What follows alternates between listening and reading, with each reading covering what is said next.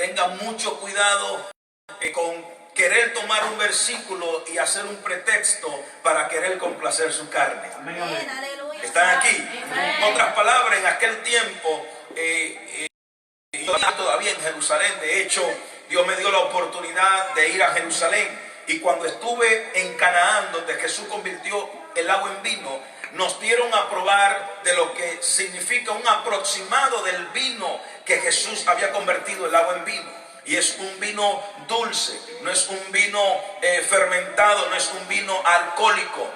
Es como que si usted se tomara un jugo de uva, literalmente. O sea que este término, cuando la Biblia habla del vino, está hablando de un jugo de uva, no está hablando de un vino de licor, de eso que te venden en una licorera. Por eso es bueno explicar esto, porque hay personas que son rescatados del licor en el mundo y todavía hoy en día tienen guerra, tienen persecución en esa área. Y yo lo que le aconsejo a las personas, porque el apóstol Pablo habla también acerca del vino y se refiere que cuando se come carne, cuando se come algún alimento para poder hacer digestión, conviene un poquito de vino. Pero hay que tener cuidado, porque una persona que tiene atadura, que tiene ataque, o haya venido al reino de Dios, a la iglesia, con atadura del licor, yo le sugiero que no tenga ni siquiera la más mínima cosa de vino, de licor en su casa, porque eso será una tentación. Mejor beba agua, beba jugo de manzana, beba jugo de naranja y órele a Dios para que su liberación sea completada. ¿Alguien dice amén en esta hora? Amén. ¿Alguien dice amén en esta hora? Amén. Ahora, ¿dónde está la profundidad de todo esto? ¿Dónde está la enseñanza de todo esto? ¿Qué significa realmente el vino en las escrituras? En las escrituras el vino representa dos cosas: la sangre de Jesús. Aleluya, alguien lo recibe aquí. Alguien lo recibe aquí. Representa la sangre de Jesús y representa el gozo. No podía haber una boda sin vino. No podía haber una fiesta sin vino. Aleluya. ¿Sabe qué te estoy enseñando con esto?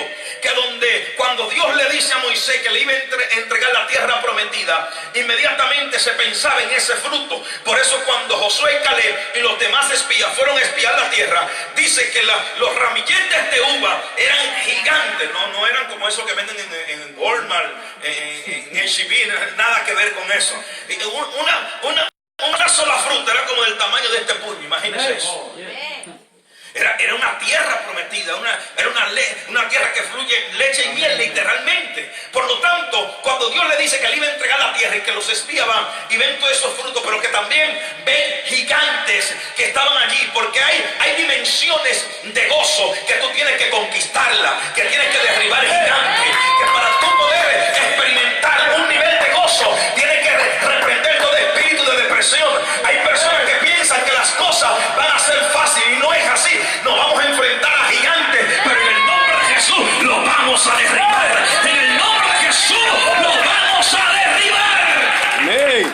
Entonces, ¿qué significa qué representa? Porque la Biblia está compuesta por diferentes tipos de significados. Está lo que se utiliza la palabra teofánica.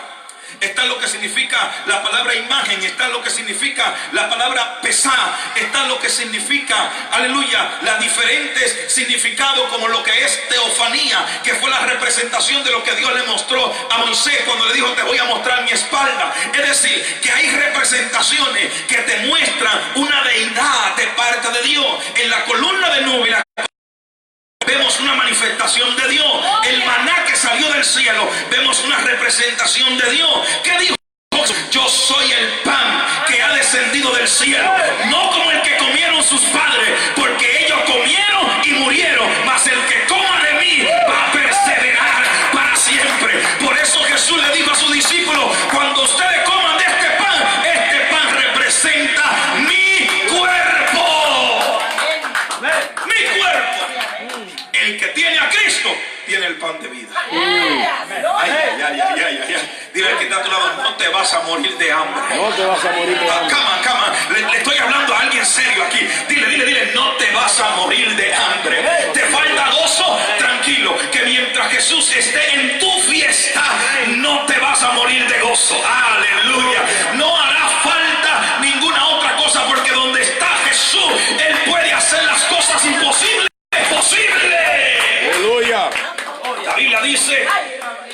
había acabado el vino. En otras palabras, la gente empezó a poner cara larga. Como que así dijera, ya esto no es boda, ya esto no es fiesta, me voy para mi casa. Gloria a Dios. Uy, así dice la gente cuando está en una iglesia que no se siente la presencia de Dios. Alaba. Uy. ¿En qué área que está careciendo? ¿En qué área que está careciendo las iglesias hoy en día? Que los pastores llegan a la iglesia, te dan un culto radical, normal, y váyanse para su casa. Cuando no es así, hay que manifestar el poder de Dios. Amén. Hay que manifestar ese Cristo de milagro. Amén. Alguien dice a mí, hay que meterse con Dios para poder predicar con denuedo bajo el Espíritu Santo. Que cuando tú escuches cada palabra, tú puedas salir transformado de aquí. Yo profetizo en el nombre de Jesús que tú no te vas como entraste. Si entraste con batallas y lucha en este lugar, te vas a ir activado en el Espíritu y te vas a ir transformado. Amén. Se acabó el vino. Uy, es como cuando hay que pagar renta y ya no hay. Y hay gente que cuando tienen los bolsillos llenos, tú lo ves que cuando llegan a la iglesia, los primeros que te sonríen son ellos. Los primeros que te sonríen son ellos. Pero cuando están en batalla y en lucha y le hace falta lo de la renta y no han pagado el celular y tienen deuda por aquí, hermano, Dios me le bendiga. Amén. Es decir, que su gozo está condicionado a algo material. Por eso cuando Jesús está en el lugar que se acabó el vino, hubo una preocupación. ¿Y a qué vino esa preocupación? A las caras que tenían los invitados. Y ahora, hablarle al maestro Sala, a ver qué es lo que está pasando. Y cuando el maestro Sala habló con la madre de Jesús, la madre de Jesús le pide a Jesús que hiciera algo. Y Jesús le dice, mujer, no ha llegado mi hora. Esta es la primera expresión que Jesús no le dice madre. ¿Por qué no le dijo madre? Porque se trataba de algo espiritual. Y hay veces que en el reino tú no puedes tener un nivel de sentimiento para ir a la guerra. Ay, my God. Sí, porque si tu madre o tu padre te dicen que no vayas a la iglesia, te vas a quedar en la casa. Si papá y mamá te dicen no ores, que eso es de loco, te vas a quedar así. Hay un nivel de sentimiento que tú no puedes hacer caso. Todo lo que tiene que ver con buscar a Dios, tú tienes que hacerlo. Todo lo que tiene que ver con el cambio. ¿Saben por qué te digo esto? Porque hay hijos que no se le dice nada cuando están en los parties, cuando van a la discoteca, cuando están en los grupitos medio raros. Pero desde que el hijo se convierte y quiere buscar a Dios, ahí tú ves al padre y para dónde va. Y está prohibido salir de la casa. No, hay que saber entendimiento para poder entender lo que Dios quiere hacer. Nunca retenga a tus hijos, porque la mayor herencia que Dios te ha dado son tus hijos. Se acabó el vino. ¿Qué tienes conmigo, mujer? Aún no ha llegado mi hora. ¿De qué hora hablaba? De la crucifixión. Amén, amén. ¿De qué hora hablaba? De su sangre que iba a derramar por toda la humanidad. Aleluya. Porque Jesús cuando dijo, este es mi sangre, esto representa mi sangre. Cuando Jesús convirtió el agua en vino, estaba diciendo, esto es lo que va a suceder por toda la humanidad. Fíjese que cuando traspasaron el costado de Jesús, ¿qué salió? Sangre. Agua y sangre. ¿Y qué fue lo que Jesús convirtió? El agua en vino. Era un anuncio de lo que Dios iba a establecer. Jesús mismo lo dice, este es un nuevo pacto. No es usted que hace pacto con Dios.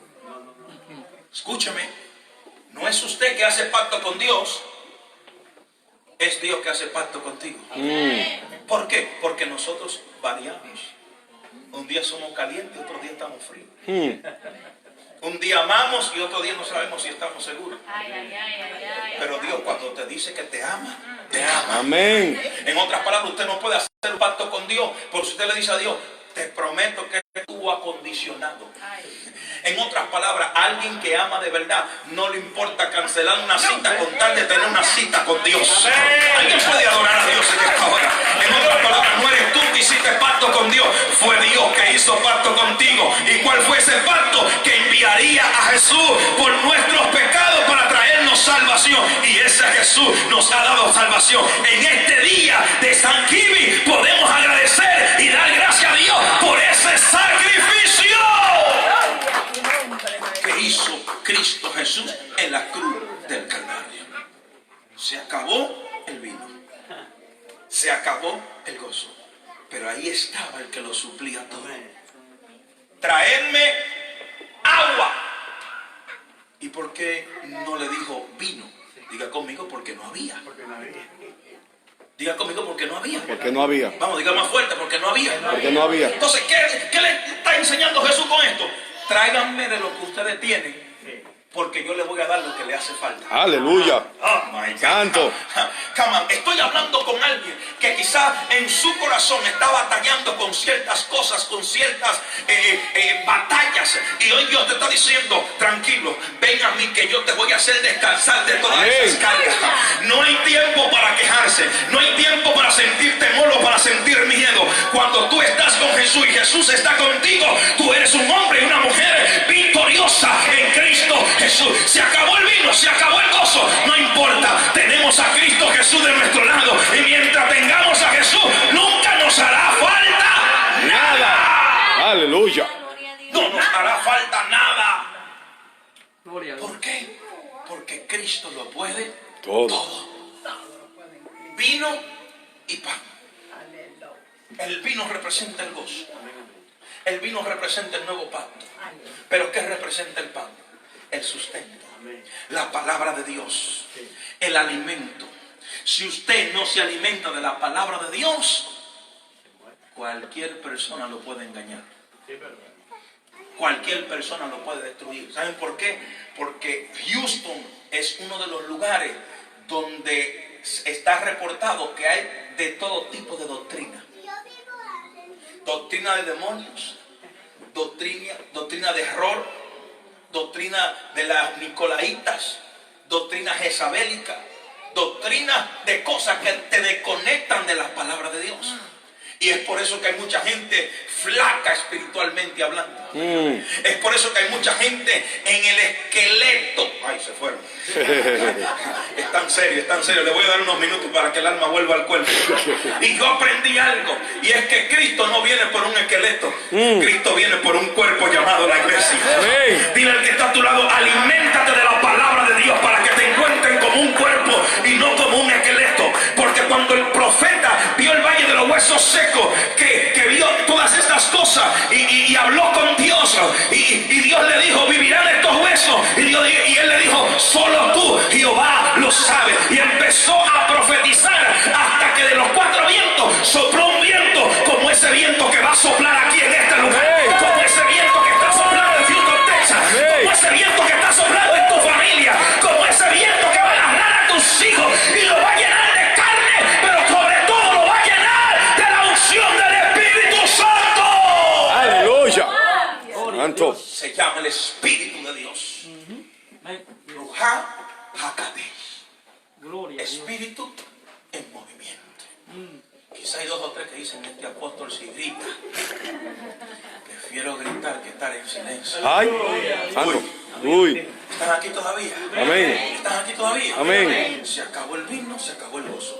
Si se acaba el pan, se acaba el sustento. Jesús dijo, yo soy ese pan. Amén, amén. Cuando la multitud seguía a Jesús, que no tenía para comer, hay un joven que tenía panes y peces. Estaba ahí. Y los discípulos dijeron, hay alguien que tiene un almuerzo. Bueno, pues hablen con él a ver qué él dice. Ese joven tenía fe. Sí. Porque hubiese sido otro joven y dice, no, pero mi almuerzo, la comida me la quita. Busquen ustedes como puedan. Pero él creyó. Amén. ¿A quién se lo van a dar? Jesús lo mandó a buscar. Jesús, no, tranquilo. Si es Jesús, lo que hace falta en mis manos, en su mano sobra. Aleluya. Aleluya. Es por eso que cuando tú ofrendas, cuando tú diezmas, cuando tú depositas, lo poquito que tú tengas en la mano de Dios se multiplica. Amén. Y de repente tú dices, wow, pero yo nada más sembré $10. Y de repente tenía una deuda y de repente se dice que no. Amén. Yo nada más sembré $5 y de repente esperaba una bendición, una aprobación del banco para comprar mi casa, para un trabajo, para cualquier cosa, puerta abierta, y de repente eso se activó. Alguien está creyendo Amén. eso. Lo que Dios te está diciendo es: lo que tú has sembrado en tierra fértil, lo vas a cosechar. Amén. Y que lo vas a cosechar en el nombre de Jesús. Si te quedan fuerzas, dale ese aplauso al Rey de Reyes, Señor de Señores. Hay que saber entender el lenguaje de Jesús. Era la fiesta de las Pascuas, la fiesta más importante, los panes sin levadura, donde un cordero por familia tenía que ser ofrendado y sacrificado. En representación del Antiguo Testamento para el perdón de los pecados, el sumo sacerdote tenía que entrar y llevar ese cordero para que puedan perdonar los pecados de la humanidad. Usted se imagina que usted haya cometido asesinato, chisme, que haya destruido familia, matrimonio, que haya robado, que haya mentido, que haya trabajado en brujería, en hechicería, y que un hombre llamado sumo sacerdote mate un cordero y lo lleve por culpa de usted al lugar santísimo. Y si Dios lo acepta, entonces tú eres perdonado. Pero después de ese día, los israelitas seguían igual y hasta peor. Entonces llegó un Jesús, Aleluya. como el cordero inmolado, Aleluya. sin mancha, una vez por todas. Ya no se necesitan corderos, porque Él está por la vida eterna, allá arriba, a la diestra del Padre, intercediendo por ti, intercediendo por mí. En otras palabras, ¿qué significa esto? Que cuando Cristo fue crucificado, allí fueron crucificados todo lo que te ataba, allí fue crucificado todo lo que te amarraba, allí fue crucificado todo pecado que te quería destruir. Es por eso que cuando tú estás enfermo, tú tienes que declararte sano por la llaga de Jesucristo. Alguien dice amén aquí en esta hora, porque así como el pan, ¿cuánto han comido pan? Yo creo que todos los que están aquí son débiles con el pan. Aleluya. Hay alguien que está diciendo: Dios me está hablando, Dios me está hablando. Dios le está diciendo a alguien: deja el pan, contrólate con el pan. O sea, todos los que estamos aquí, de una manera u otra, somos débiles con el pan. Sin embargo, hay diferentes tipos de pan. Hay pan redondito, hay pan larguito, así, hay diferentes tipos de pan. Pero el pan de Jerusalén es un pan con grietas, con grieta. Y así representa a Jesús. Cuando le daban los latigazos, así representaba ese pan. Pero ¿cómo se formaba esa grieta? Esa grieta se formaba en el horno. Escúcheme bien, se formaba en el horno. Y hasta que las grietas no se formaran, el pan no estaba listo para comer. Es decir, que cuando a Jesús lo castigaron, le daban latigazos, simplemente lo estaban preparando para que la humanidad pueda comer de esa práctica que está muy fuerte. Lo que te estoy diciendo es que mientras Jesús iba a la cruz, quizás muchos le abandonaron, muchos le dieron la espalda, pero Él terminó el propósito por el cual llegó a la tierra y dijo una palabra: consumado es. Amén. Consumado es. Y yo profetizo y declaro que esa misma palabra de culminación tú vas a declarar, que cada propósito que tú desarrolles en la vida podrás decir: ya lo he podido lograr, ya lo he podido completar. Amén. Con dificultad, con lucha, pero lo vas a lograr. Pan y vino. Pan y vino. Gozo. El evangelio, hay gozo. El que diga que el evangelio es aburrido está equivocado. En el evangelio hay gozo. En Cristo hay gozo.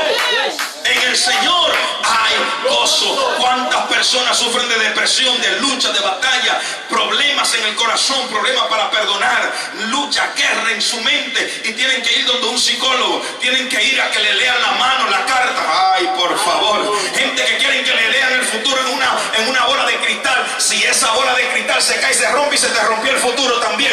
El Cristo mío no se rompe. El Cristo mío es poderoso. El Cristo mío es real. Alguien dice amén en esta hora. Así que dale gracias a Dios por este evangelio. Dale gracias a Dios por la palabra de Dios. Dale gracias por ese sacrificio. Dale gracias a Dios por los antiguos que entregaron su vida en el ministerio, para que hoy en día podamos ser transicionados a un nuevo pacto con Cristo Jesús. Amén. A veces la gente no entiende la labor de un pastor, de un apóstol, de un evangelista, de un profeta, de un maestro, que muchas veces tienen que abandonar todo con tal de creerle a Dios. Yo no estoy aquí por estar. Número uno, Dios me envió. Amén, amén.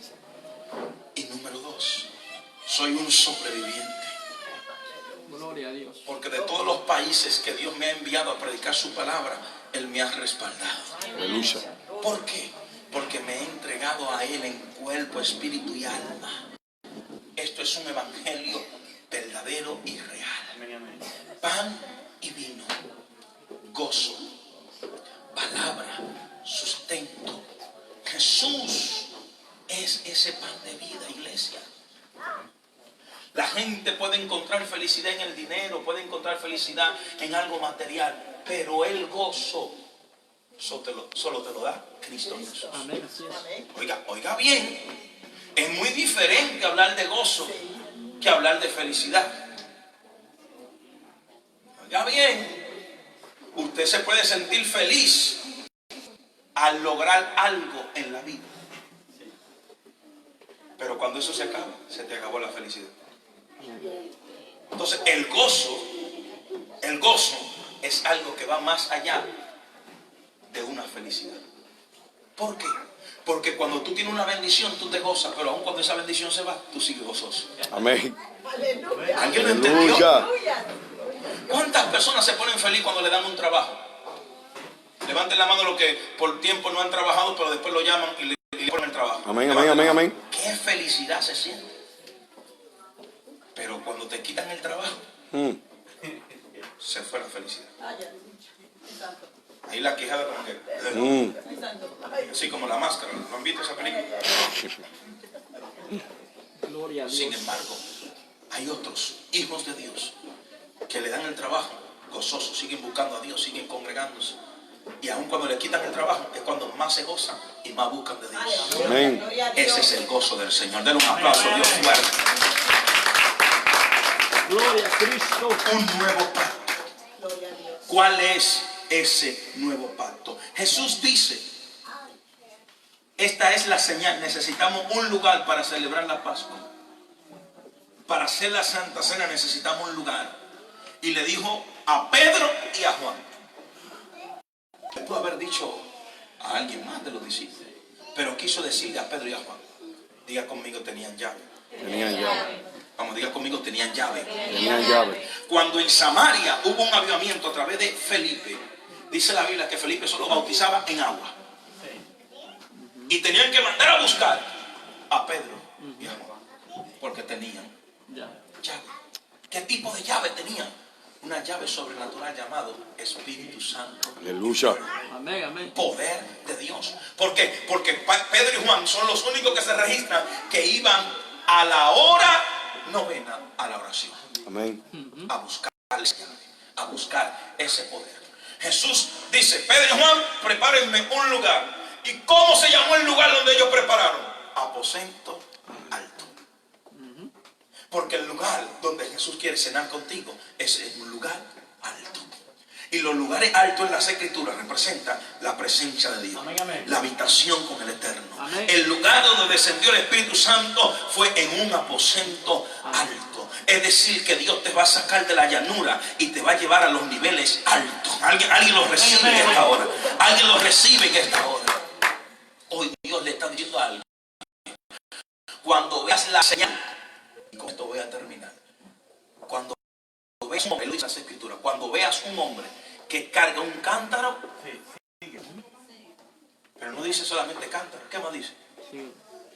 ¿Qué más dice? Un cántaro con, ahí está. En otras palabras, cuando veas a un hombre lleno, no uno que esté vacío. Porque hoy en día la gente siempre está en esa incertidumbre que necesito congregarme, que ¿dónde me congrego? Te tengo la respuesta. Congrégate en una iglesia donde el hombre de Dios que de esa casa y la mujer de Dios estén llenos del Espíritu Amén. Santo. Esa es la señal. No es que estén llenos de teología. Calla tu amatua. Y todo eso es bueno. Yo me he graduado de la universidad. Yo tengo títulos montones de títulos. Mi esposa también graduada de la universidad, estudió historia de la mujer. Así la gente no ve como que medio jovencito, medio niño, pero estamos preparados porque la actitud no depende de la edad que tú tengas, sino del carácter que Dios te ha dado a través de los procesos y el precio que tú has pagado. En otras palabras, cuando veas el hombre que carga el agua, ese cántaro, en otras palabras, la señal para estos tiempos va a ser el que tenga el Espíritu Santo de Dios. Ese va a traer el mover, ese va a traer el cambio. Ya lo recibe en esta hora. Diga amén. Si tiene agua, yo le sigo. Si está seco, tiene que tener la unción. Porque hay gente que necesita cambio y tú eres un agente de cambio. Aleluya. Y pan. Póngase de pies.